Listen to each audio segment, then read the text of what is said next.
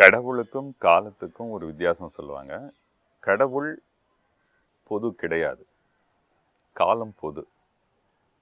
கிருஷ்ணர் என்ன சொல்லிடுறாருன்னா, நான் சாதுக்களை ரட்சித்து துஷ்டர்களை தண்டிப்பதற்காக யுகந்தோறும் என்னை நானே அவதரித்துக் கொள்கிறேன் அப்படின்றார். சம்பவாமி யுகே யுகே அப்படின்னு சொல்றார்.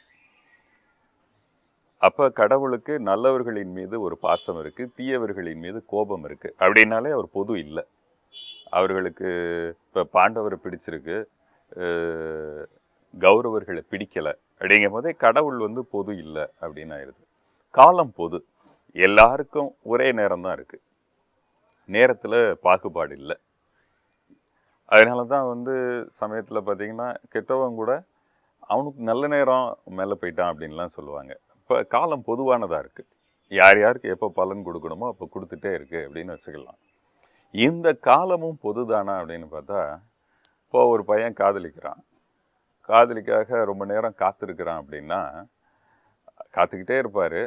அவங்க வர்ற வரைக்கும் தாங்க முடியாது. அப்புறம் அவங்க வந்துடுறாங்க அப்படின்னா அப்போ கோபம் வரும், கோபத்தை காட்ட முடியாது. அப்துல் ரஹ்மான் அவர்கள் எழுதியிருப்பாங்கள்ல, கையில் இறுக்கி பிடித்த குறுமணல் போல அப்படின்னு. அது கோபம் குறைஞ்சு போயிடும். அடுத்தது காதலியும் இவனும் உட்காந்து பேச ஆரம்பிக்கிறாங்க, 1 மணி நேரம் பேசுகிறாங்க. இப்போ காத்திருக்கும் போது ஒரு பெரிய காலம் கடந்து போன மாதிரி இருந்துச்சு. உட்காந்து 1 மணி நேரம் பேசுகிறாங்க, 5 நிமிஷம் மாதிரி இருக்கும். இதே இது கால்வலியோட ஒருத்தர் 1 மணி நேரம் நடந்தால் அவருக்கு 1 நாள் ஃபுல்லாக நடந்த மாதிரி இருக்கும். காலம் பொதுதான், இருந்தாலும் என்னுடைய அக உணர்ச்சியை பொறுத்து காலம் மாறிக்கிட்டே இருக்குது. அடுத்து இவங்க 2 பேரும் கல்யாணமே ஆயிடுது, ஆடி தள்ளுபடி. மனைவி போய் 2 மணி நேரமாக துணி எடுக்கிறாங்க, இவர் காத்துக்கிட்டு இருக்கிறாருன்னு வைங்க. இந்த கோபத்தில் அவர் 2 நாள் பேச மாட்டார். என்ன ஆச்சு? இப்போ உறவு என்பதே எந்த இடத்துல செல்லுபடியாகுதுன்னா, காலத்தை பொருட்படுத்தாமல், உழைப்பை பொருட்படுத்தாமல், பணத்தை பொருட்படுத்தாமல் எங்கே கணக்கு பார்க்காம கொடுக்கப்படுதோ அந்த இடத்துல தான் உறவு இருக்குது. ஆனால் எப்போ ஒன்று உனக்காக நான் நேரம் செலவு பண்ணுறதா, உனக்காக நான் உழைக்கிறதா, உனக்காக நான் பணம் செலவு பண்ணுறதா அப்படின்ற எண்ணம் வருதோ அங்கேயே உறவு முடிந்து பிரிவு தொடங்கி விடுகிறது அப்படின்னு சொல்லிடலாம். இங்கே அந்த மாதிரி தான் ஒரு வழக்கு. அந்த பெண் ஏற்கனவே படிச்சிருக்காங்க, சம்பாதிச்சிட்ருக்காங்க, இப்போ தற்காலிகமாக வேலை இல்லாமல் இருக்கிறாங்க. இந்த நேரத்தில் அவங்களுடைய டாக்டர் கணவர் மாதம் 1 லட்ச ரூபாய் சம்பாதிக்கிறாரு. அதாவது அவர் மக்களினுடைய மெய்ப்பிணியை போக்கி 1 லட்ச ரூபாய் சம்பாதிக்கிறாரு. மனைவிக்கு வேலை இல்லை, மொய்ப்பிணி தேவை. இப்போ இந்த டாக்டர் கணவர் இந்த தற்காலிகமாக வேலை இல்லாமல் இருக்கக்கூடிய மனைவிக்கு மாதம் எவ்வளவு பணம் தர வேண்டும்? இந்த வழக்கை பற்றி மக்கள் சொல்வதையும் நீதிமன்றம் சொன்னதையும் இப்போது பார்க்கலாம். வேலைக்கு போகின்ற மனைவி கணவனுக்கு இடைக்கால கணவன் வேலை இல்லாத பிறகு கணவன் பார்த்தீங்கன்னாக்கா மனைவிக்கு அவரோட செலவுக்கோ இல்லை அவரோட குடும்பத்தை பராமரிக்கிறதுக்கான குறிப்பிட்ட தொகையை கண்டிப்பாக கொடுத்தாகணும். இது மாதிரி ஒரு வழக்கு கர்நாடக உயர் நீதிமன்றத்தில் வந்தது. அதாவது சாமின்னு ஒரு டாக்டர், அவர் பெங்களூரில் இருந்தார். அவருக்கும் லீலாவதி அப்படிங்கிற ஒரு பெண்ணுக்கும் திருமணமாச்சு. திருமணத்துக்கு அப்புறம் இவர் சாமி என்ன பண்ணார், அவர் ஒரு மேற்படிப்பு படிக்கணும்னு ஆசைப்பட்டார். ஸோ அதனால் ஆனால் அவருக்கு போதிய வருமானம் இல்லை அந்த படிப்பு படிக்கிறதுக்கு. அதனால் இந்த மனைவி என்ன பண்ணுறாங்க, அவங்க வேலைக்கு போக ஆரம்பித்தாங்க. அவங்க வேலைக்கு போக ஆரம்பித்து மாதம் அவங்களுக்கு வர சம்பளத்தை 25,000 ரூபாய் சம்பளம் வந்தது. அந்த சம்பளத்தை அப்படியே தன்னோட கணவரோட மேற்படிப்புக்காக அப்படியே அவர்கிட்ட கொடுத்துட்டாங்க. இந்த கணவரும் மேற்படிப்பை முடித்து ஒரு நல்ல சம்பளத்தில் இருந்தார். அதாவது 1 லட்ச ரூபா வரைக்கும் சம்பளம் அவருக்கு வருமானம் வர ஆரம்பிச்சிருச்சு. அதுக்கப்புறம் இந்த அம்மாவுக்கு வேலை போயிடுச்சு. அதாவது அவரோட மனைவி லீலாவதி இருக்காங்க இல்லையா, அவங்க வேலை பார்த்துட்டு தான் இருந்தாங்க, அவங்களுக்கு வேலை போயிடுச்சு. அப்போ இப்படி இருக்கிற சூழ்நிலை 2 பேருக்கும் ஏதோ ஒரு மனமுறிவு, மனக்கசப்பு ஏற்பட்டு அவங்க 2 பேரும் விவாகரத்து வரைக்கும் போய் விவாகரத்து வழக்கும் தாக்கல் செய்யப்பட்டு விட்டது. இப்போ இப்படி இருக்கிற சூழ்நிலையில் அந்த ஒய்ஃபு தனக்கு வாழ்க்கை பொருளுதவி வேணும், ஏன்னா நான் வேலை பார்த்துட்டு இருந்தேன், நான் வாங்கின சம்பளத்தையும் எல்லாத்தையும் என் ஹஸ்பண்டோட மேற்படிப்புக்காக நான் செலவு பண்ணிட்டேன், அதனால் இப்போ எனக்கு வாழ்க்கை பொருளுதவி கண்டிப்பாக தேவைப்படுது அப்படின்னு சொல்லி அவங்க ஒரு மனுவை தாக்கல் செய்கிறாங்க.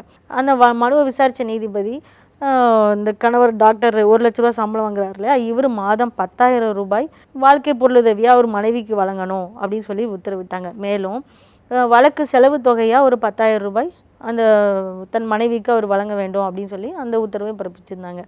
இந்த உத்தரவை எதிர்த்து அந்த கணவர் உயர்நீதிமன்றத்தில் ஒரு மனு ஒன்று தாக்கல் செய்தார். அதாவது என் மனைவிக்கு தொகை வழங்கப்பட வேண்டும் அப்படின்னு சொல்கிற தொகை வந்து ரொம்ப அதிகம், வாழ்க்கை பொருள் உதவி தொகை வந்து 10,000 ரூபாய் மிக அதிகம், என்னால் கொடுக்க முடியாது அப்படிங்காரு. இந்த ஒய்ஃப் அதே மாதிரி அவங்களும் ஒரு மனு ஒன்று தாக்கல் செய்கிறாங்க. எனக்கு வழங்கப்பட்டுள்ள தொகை மிகவும் குறைவு, அந்த இதில் சர்வை பண்ண முடியாது அப்படின்னு சொல்லி அவங்களும் ஒரு மனு ஒன்று தாக்கல் செய்கிறாங்க. இந்த ரெண்டு மனுவையும் உயர்நீதிமன்றத்தில் ஒன்றாவே விசாரணைக்கு எடுத்துக்கிட்டாங்க. அப்போது விசாரணையின் போது என்ன சொல்கிறாங்கன்னா, இந்த பெண் வந்து தன்னுடைய சம்பளத்தை மொத்தமாக தன்னோட கணவனோட படிப்புக்கு தான் செலவு பண்ணியிருந்திருக்கா, தனக்குன்னு எதுவுமே வைக்கல. சரி, அவர் நல்ல நிலைமையில் வந்ததுக்கப்புறம் ஒரு மனமுறிவு ஏற்பட்டோன்னு தான் பிரிஞ்சிருந்திருக்காங்க.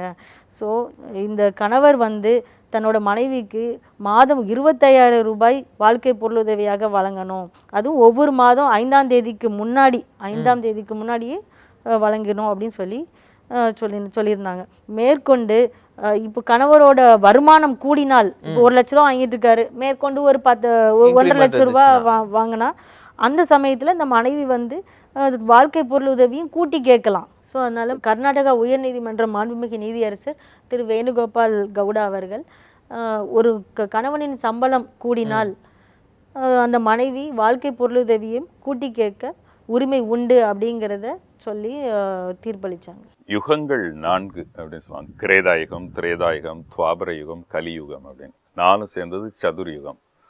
இதில் இந்த யுக பரிமாற்றம்னு ஒன்று நடக்கும்.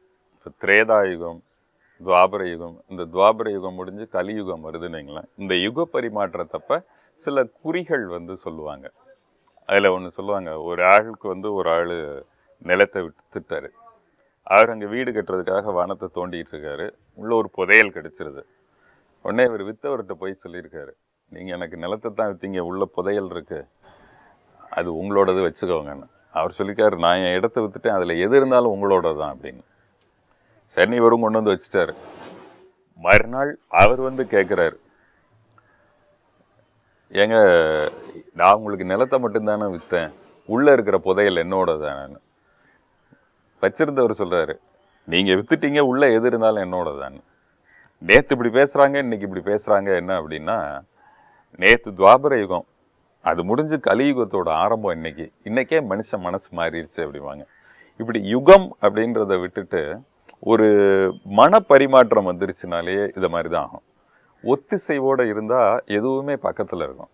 நண்பர் ஒருத்தர் சொல்லுவார், அன்பு இருந்துருச்சு அப்படின்னா அமெரிக்கா கூட அடுத்த வீடு தான், போயிட்டு வந்துடலாம். அன்பு இல்லைன்னா அடுத்த வீடும் அமெரிக்காவாயிரும், போகக்கூட மாட்டாங்க. அப்போ இங்கே இந்த மனப்பரிமாற்றம் ஒத்து போகிறதுன்னு தமிழில் சாதாரண சொல்லுவாங்க. இப்போ அவரோட எனக்கு ஒத்து போகலை அப்படின்வாங்க.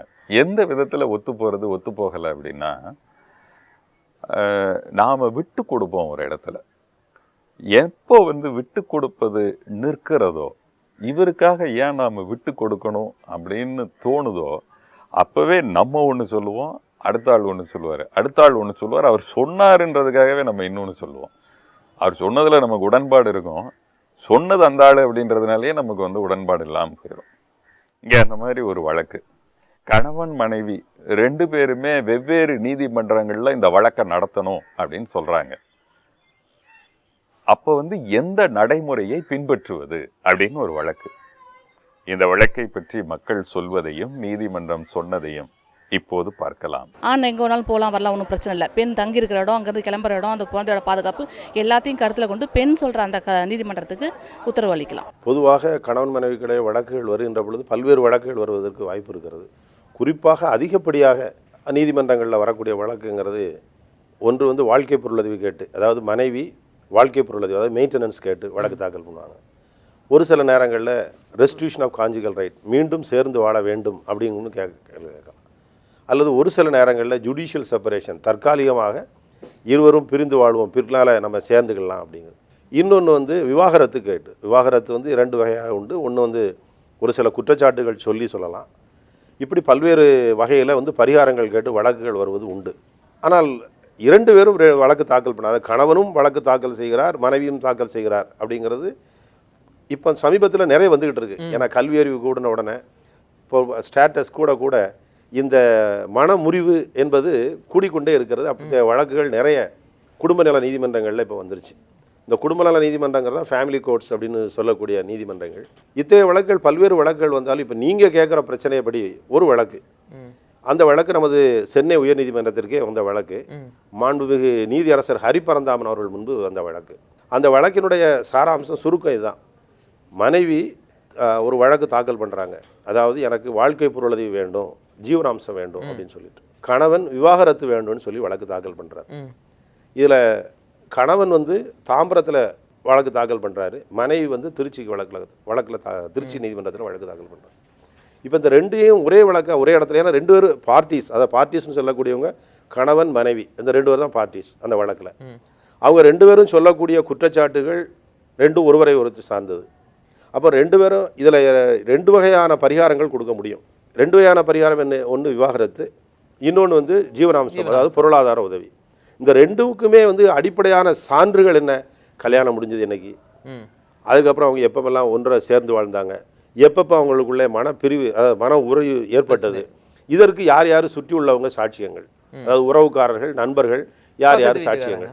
அப்போ இதற்கு ஒரு தனி ட்ரையல், இதுக்கு ஒரு தனி ட்ரையல். அதாவது ரெண்டு வெவ்வேறு நீதிமன்றங்களில் விசாரணை நடக்கும் பொழுது ரெண்டு வகையான கஷ்டங்கள் ஏற்படுறதுக்கு வழி உண்டு. இப்போ ஒரு சாட்சி வந்து அந்த நீதிமன்றத்தில் ஒரு சாட்சி சொல்லிட்டு அதே சாட்சி இங்கே வரும்பொழுது சிறிது பிறண்டா அந்த சாட்சியை நம்பக்கூடாதுன்னு வரும். உதாரணமாக காலையில் 4 மணிக்கு அவங்க ரெண்டு பேரும் சண்டை போட்டாங்க, நான் பார்த்தேன் அப்படின்னு ஒரு சாட்சி சொல்கிறாங்க. அவர் வந்து தாம்பரம் நீதிமன்றத்தில் ஒன்றும், இந்த திருச்சி நீதிமன்றத்துக்கு வந்தவொடனே இல்லை 5 மணிக்கு பார்த்தேன்னு சொல்லி சொன்னால் உடனே பாருங்கள் அந்த சாட்சியை நம்பக்கூடாது.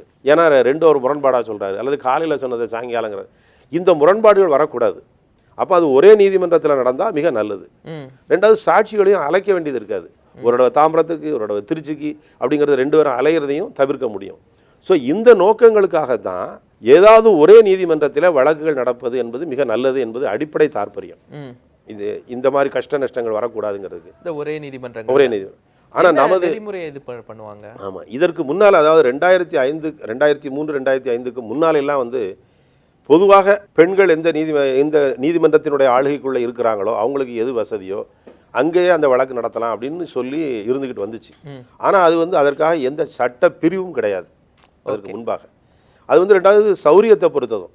அதாவது இப்போ இன்னொரு வகையில் சொல்லி போனால் சப்போஸ் வந்து மனைவி ரொம்ப படிச்சிருக்காங்க, கணவர் படிக்காதவராக இருந்தாருன்னு வைங்க, அப்போ சங்கடம். ஓகே. அல்லது மனைவி வந்து சாதாரண குடும்பத்தை சார்ந்தவர், கணவர் ரொம்ப படிச்சிருக்காருனாலும் இவங்க ஒரு இடத்த விட்டு ஒரு இடம் போய் வாரதுங்கிறது சங்கடம். இதெல்லாம் மனசில் வச்சு பார்க்கும் பொழுது நமது இந்திய நாட்டில் பல்வேறு வழக்குகள் வந்து இன்னும் பெண்களுக்கு வந்து மிகுந்த பெரிய கல்வி அறிவு வந்துடல. ரெண்டாவது குழந்தைகள் அநேகமாக மனைவியோட தான் வசித்துட்டு வருது. பெரும்பான்மையான குழந்தைகள் வந்து மனைவியோட. அப்போ அந்த தாயும் பிள்ளைகளும் ஒரு நீதிமன்றத்திலிருந்து ஒரு நீதிமன்றத்திற்காக சென்னையிலிருந்து திருச்சியிலிருந்து சென்னைக்கு அலையிறதுங்கிறது நல்லதில்லை அப்படின்னு ஒரு சட்ட திருத்தமே கொண்டாந்துட்டாங்க. அந்த சட்ட திருத்தத்தின் அடிப்படையில் பெண்கள் எங்கு வசிக்கிறார்களோ, பெண்கள் எந்த நீதிமன்றத்திற்கு வேணும்னு கேட்குறாங்களோ அந்த நீதிமன்றத்தில் தான் எல்லா வழக்குகளும் நடக்கணும். அதாவது 2 வெவ்வேறு வழக்குகள் நடந்த பொழுதிலும் பெண்கள் வந்து இப்போ நான் திருச்சி நீதிமன்றத்தில் நடக்கணும்னு அவங்க கேட்டாங்கன்னா திருச்சி நீதிமன்றத்தில் தான் நடக்கணும். ஏன்னா அவங்க மிக அதிக தூரம் அலைய வேண்டியது இருக்காது, பிள்ளைகளை கூட்டு வந்தாலும் பார்த்துக்கலாம். இப்படி பல்வேறு காரணங்களை வச்சு சட்ட திருத்தமும் ஏற்பட்டு விட்டது. அதனால் நீதியரசர் பரந்தாமன் அவர்களும் இந்த குறிப்பிட்ட பிரிவை சுட்டி காட்டி, ஏற்கனவே இதே பிரிவை நான் நினைக்கிறேன் இதுக்கு முன்னால் ஏதோ ஒரு வழக்கில் நம்மளுடைய டிஸ்கஷன் சொல்லியிருக்கேன்னு நினைக்கிறேன், நீதிபதி சந்துரு அவர்கள் இதை முதலாக கொண்டு வந்தார்கள். இதே தீர்ப்புரையை இதே பிரின்சிபலை ஃபாலோ பண்ணி இந்த சட்டத்திருத்தம் ஏற்பட்டு விட்டது, அந்த சட்டத்திருத்தத்தின் அடிப்படையில் இங்கே தான் நடக்க முடியும். அதாவது பெண் எந்த நீதிமன்றத்தில் நடத்த வேண்டும் என்று கூறுகிறார்களோ அந்த நீதிமன்றத்தில் தான் நடத்த வேண்டும் என்று ஏற்கனவே மாண்புமிகு நீதியரசர் சந்துரு அவர்கள் வலியுறுத்தி ஒரு தீர்ப்பு வழங்கியிருக்காங்க. அதே தீர்ப்பை பின்பற்றி மாண்புமிகு நீதியரசர் ஹரிபரந்தாமன் அவர்களும் இப்படி ஒரு தீர்ப்பை வழங்கியிருக்கிறார்கள். அதனால் பெண் கேட்கிற நீதிமன்றமாக இந்த வழக்கில் வனிதா கண்ணன் அப்படிங்கிறவங்க தான், அதாவது வனிதாங்கிறது மனைவி, கண்ணன்கிறவங்க ஹஸ்பண்ட், அவங்க 2 பேருக்கும் நடந்த வழக்கில் மனைவி கேட்குற நீதிமன்றமாக திருச்சியிலேயே அந்த வழக்கை நடத்தலாம் அப்படின்னு முடிவு பண்ணிட்டேன்.